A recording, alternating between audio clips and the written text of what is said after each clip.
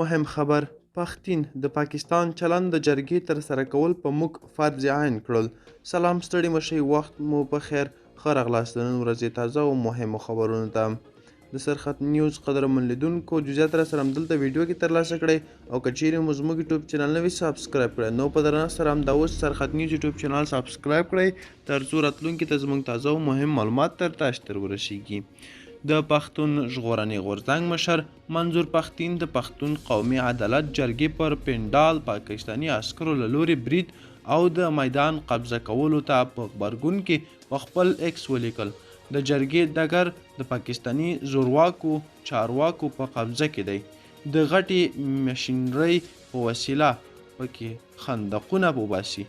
په پاکستان کې د پښتنو دا حال دی چې په خپل تاریخي کلي او علاقو کې هم د خپلو روایاتو مطابق د یوې ناستې اجازه نه لري.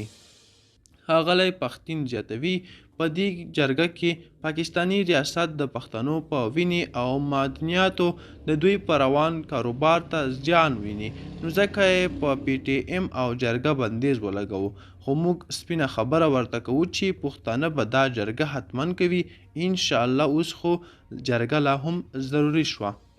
د سرخط ګرانو کتونکو دا و د نن چمشو ویډیو. که غواړئ نور تازه او مهم خبرونه خبر شئ نو دا اوس زموږ یوټیوب چینل د سره سبسکرایب کړئ. تر بیا ښې چارې ښه وخت.